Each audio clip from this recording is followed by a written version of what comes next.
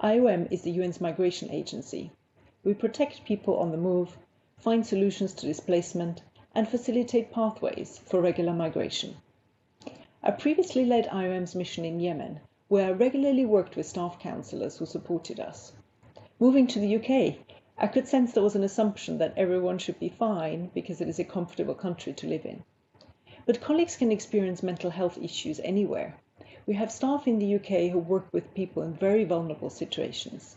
And certain issues can actually be more challenging here because we don't have the same sense of reward that one gets when working in the field. We have fewer resources, which means staff have short-term contracts, which contributes to stress. From speaking to staff, I realized that I needed to focus on their well-being. At the same time, I needed to look after my own mental health, which was not the best as old stress was catching up on me. So I asked for help from an expert. The welfare officer came for a week and trained all staff and helped the leadership team to come up with an action plan, which we've been implementing since. For example, we have raised awareness of IOM's learning initiatives. We looked at job security, how to handle performance discussions, and how to improve knowledge sharing.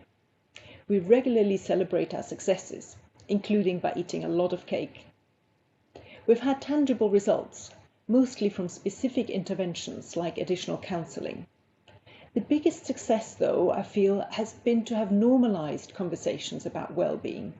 We've had staff who have taken time off to look after their mental health because they could see that there was no stigma.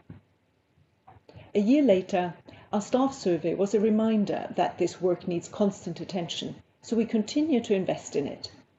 A key takeaway was learning how to reframe our actions based on the circles of influence. We're doing our best to improve in the areas we can control and influence, and we try to cope better in the areas outside of our control, using the tools we have learned during the training, like mindfulness. Looking back, what I have learned is that leadership is critical because it sets the tone, but we also need to get everyone actively engaged.